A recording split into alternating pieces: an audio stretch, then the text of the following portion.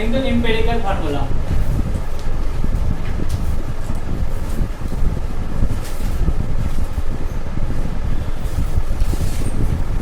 कल जो हमने बताया था है ना, उसका कुछ रिव्यू कर देख लो, है ना।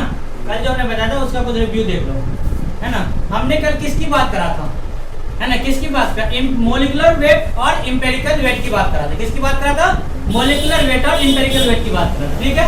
हमने बताया था मोलिकुलर वेट जो होता है ना, मोलिकुलर वेट, है ना, मोलिकुलर वेट बराबर कितना होता है, n इंटू कितना होता है, n into empirical, n into empirical weight के बराबर होता है, ठीक है। n इंटू क्या होता है, एम्पिरिकल वेट के बराबर होता है। हमने कल इसकी बात करा था। एक चीज हमने और बताया था, मोलिकुलर फॉर्मूला। क्या बताया था, molecular formula, molecular formula equal to क्या बताया था, n इंटू एम्पिरिकल फार्मूला। क्या बताया था, n इंटू एम्पिरिकल फार्मूला। इसकी बात चर्चा कर लेते हैं।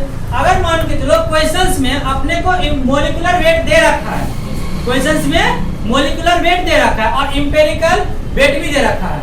मोलिकुलर वेट दे रखा है, एम्पिरिकल वेट दे रखा है, अपने को n नहीं पता है, n नहीं पता है तो मोलिकुलर फार्मूला आप लोग निकाल सकते हो। कैसे निकालोगे, है ना। आपको पता है n बराबर क्या होता था, मोलिकुलर वेट अपॉन एम्पिरिकल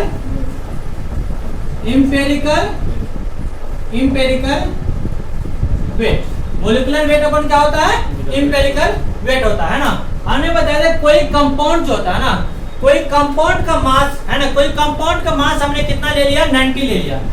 कोई कंपाउंड ले लिया, उसका मास हमने कितना ले लिया, 90 ले लिया, है ना। उसका आपसे पूछा गया, उसमें से एम्पिरिकल फार्मूला, कोई कंपाउंड आपसे ले लिया। एक क्वेश्चन मैं यहाँ पे दे रहा हूँ, कोई कंपाउंड क्वेश्चन है, अ कंपाउंड, है ना, अ कंपाउंड हैज, है ना, molecular weight, a compound has molecular weight equal to कितना ले लिया हमने, 90 ले लिया।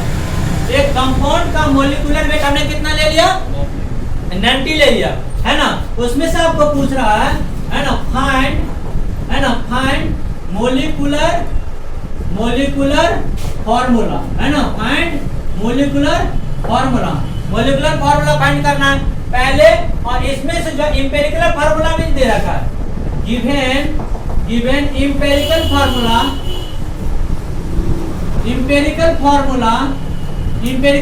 आपको दे रखा है CH2 दे रखा है। मैंने आपको बता रखा था, मान के चलो अगर एम्पिरिकल फार्मूला अगर CH2 दे रखा है तो आपका इसका एम्पिरिकल वेट निकाल सकते हो, है ना, एम्पिरिकल वेट निकाल सकते हो। तो कैसे निकाल सकते हो, मैं अभी बताते हूँ।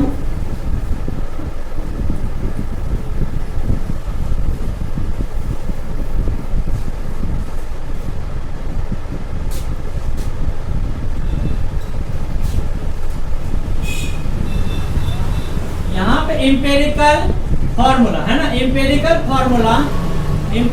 फार्मूला इक्वल टू कितना हो जाएगा, CH2, है ना, CH2। अगर इसका मोलिकुलर वेट निकालना हो, अगर उसका मोलिकुलर वेट निकालना है तो क्या होता है, मोलिकुलर वेट जब निकालोगे, है ना, एम्पिरिकल फार्मूला है तो एम्पिरिकल वेट निकलेगा, है ना। अगर मोलिकुलर फार्मूला होता तो मोलिकुलर वेट निकलता। यहाँ पे एम्पिरिकल फार्मूला दे रखा है तो इसका हम क्या निकालेंगे, एम्पिरिकल वेट निकालेंगे, है ना। एम्पिरिकल वेट कितना निकलेगा, कार्बन का एटॉमिक नंबर कितना होता है, 6 होता है। कार्बन का एटॉमिक नंबर कितना, 6 होता है। कार्बन का जब एटॉमिक नंबर 6 होता है तो उसका एटॉमिक मास कितना हो जाएगा, 12 हो जाएगा, है ना। इसका एटॉमिक मास 12 हो गया। और हाइड्रोजन का कितना होता है, 1 होता है। ऑक्सीजन का कितना, ऑक्सीजन का 16 होता है। तो कितना ऑक्सीजन है वहाँ पे, 2 ऑक्सीजन है ना, तो 16 दूना कितना, 32, है ना, 16 दूना 32 हो गया। अब इसको करो कितना होगा, 45 हो गया, है ना। मतलब एम्पिरिकल वेट अपना कितना निकल गया, 45 निकल गया। हमने n की वैल्यू, अगर आपको मोलिकुलर फार्मूला चाहिए तो मोलिकुलर फार्मूला के लिए आपका n पता होना चाहिए, क्योंकि मैं आपको बता रखा हूँ मोलिकुलर फार्मूला किसके बराबर होता है, n इंटू एम्पिरिकल फार्मूला के बराबर होता है। जब अपने को n पता होगा, तभी तो हम एम्पिरिकल फार्मूला से मल्टीप्लाई करके हम मोलिकुलर फार्मूला निकालेंगे ना। अपने को n पता नहीं है, n को निकालना पड़ेगा। n निकालने के लिए क्या करना पड़ेगा, 2 चीज अपने को चाहिए। पहला मोलिकुलर वेट चाहिए जो अपने को क्वेश्चंस में गिवन है पहले से। दूसरा इंपेरिकल वेट चाहिए जो अभी मैंने फाइंड किया, निकाला, कितना निकाला 45 निकाला। आप बोल सकते हो ना n बराबर कितना होगा, मोलिकुलर वेट अपॉन कितना हो जाएगा, इंपेरिकल वेट आ गया। मोलिकुलर वेट अपॉन क्या हो जाएगा, इंपेरिकल वेट। तो मोलिकुलर वेट कितना निकल जाएगा, कितना है अपने क्वेश्चंस में 90 है, इंपेरिकल वेट हमने कितना निकाला 45 निकाल गया। इसको मल्टीप्लाई करो कितना होगा 45 टू जा 90, n का मान कितना हो गया 2 आ गया। जब n का वैल्यू 2 आ गया तब आप बताओ अपने को फाइंड क्या करना है, मोलिकुलर फार्मूला निकालना है ना। तो मोलिकुलर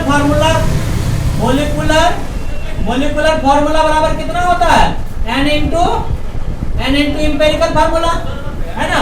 तो n का मान कितना है 2 दे रखा है और इंपेरिकल फार्मूला कितना दे रखा है क्वेश्चन में, CHO2 दे रखा है।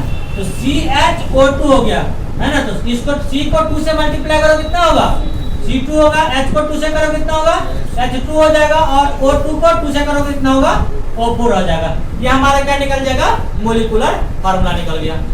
पहला कंसेप्ट हमने ये चीज बता रखा था आपको।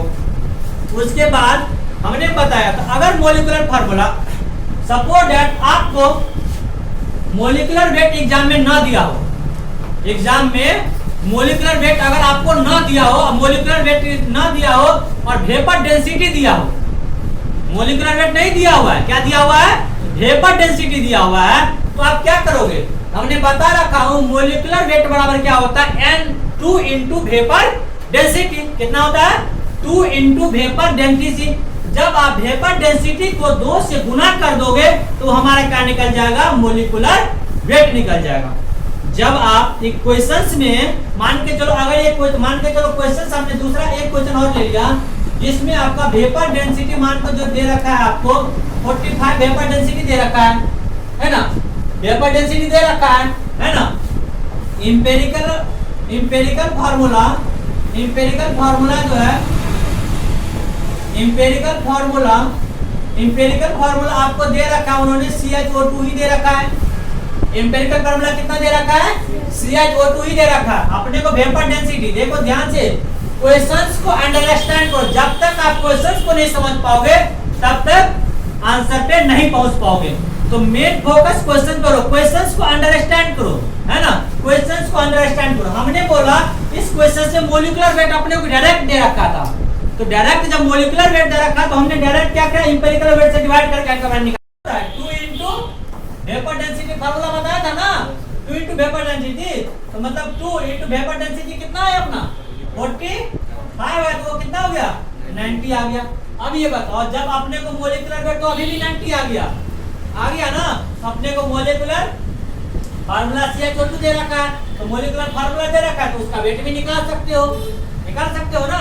तो उसका वेट कितना निकल जाएगा, CHO2 का कितना निकल जाएगा, इसका 12 और इसका 1 और प्लस कितना हो गया 16, मतलब कितना हो गया 32 हो जाएगा। उसका 16 गुना 32 ना 45 हो जाएगा।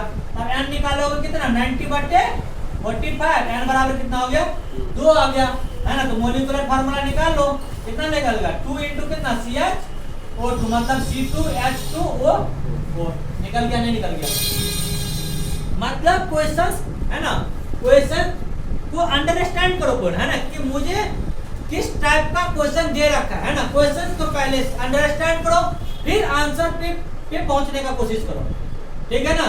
जब तक आप क्वेश्चंस को नहीं समझ पाओगे तब तक आंसर भी नहीं डील कर पाओगे, ठीक है ना। तो पहले क्वेश्चंस को समझो, क्वेश्चन में देखो मुझे क्या बोल रहा है। एक क्वेश्चन एक स्टेप पढ़ो और एक स्टेप लिखो, एक स्टेप समझो पहले क्या बोला। मान के चलो हमने बोला मोलिकुलर वेट पहले गिवन था, है ना, हमने देखा अब कंपाउंड है, वेपर डेंसिटी दे रखा था हमने 45, हमने मोलिकुलर वेट तो गायब कर दिया वहां से, वेपर डेंसिटी आपको दे दिया, वेपर डेंसिटी आपको दे रखा है, तो मोलिकुलर वेट हम निकाल सकते हो 2 इंटू वेपर डेंसिटी से मल्टीप्लाई करके, ठीक है। वहां तक हमने डिस्कस कर लिया था। आज जो हम बात करेंगे किसकी बात करेंगे, इंपेरिकल फार्मूला की बात करेंगे।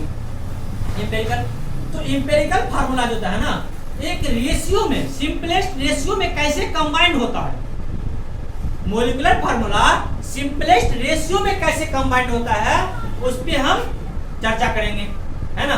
तो पहले आप इसको लिख लो, उसके बाद इरेज करते हैं।